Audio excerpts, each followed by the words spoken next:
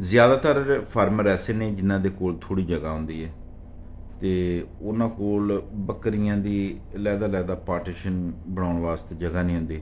ਯਾਨੀ ਕਿ ਛੋਟੇ ਬੱਚਿਆਂ ਲਈ ਅਲੱਗ, ਵੱਡੇ ਬੱਕਰੀਆਂ ਲਈ ਅਲੱਗ, ਦਰਮਿਆਨਿਆਂ ਵਾਸਤੇ ਅਲੱਗ। ਅਤੇ ਸਾਡੇ ਕੋਲ ਵੀ ਇਹ ਹੀ ਜਗ੍ਹਾ ਸੀ ਜਿਹਦੇ ਵਿੱਚ ਬੱਕਰੀਆਂ ਨੇ, ਔਰ ਪਾਰਟੀਸ਼ਨ ਸਾਡੇ ਕੋਲ ਵੀ ਬਣਾਉਣ ਵਾਸਤੇ ਜਗ੍ਹਾ ਨਹੀਂ ਸੀ ਹੈਗੀ। ਅਤੇ ਅਸੀਂ ਇੱਕ ਜੁਗਾੜ ਲਗਾਇਆ। ਜੁਗਾੜ ਸਾਹਮਣੇ ਤੁਸੀਂ ਦੇਖ ਰਹੇ ਹੋ।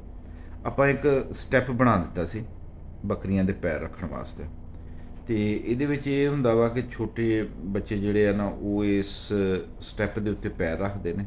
ਪੈਰ ਰੱਖ ਕੇ ਅਤੇ ਆਪਣਾ ਆਸਾਨੀ ਦੇ ਨਾਲ ਖੁਰਲੀ ਦੇ ਵਿੱਚੋਂ ਚਾਰਾ ਖਾ ਲੈਂਦੇ ਨੇ।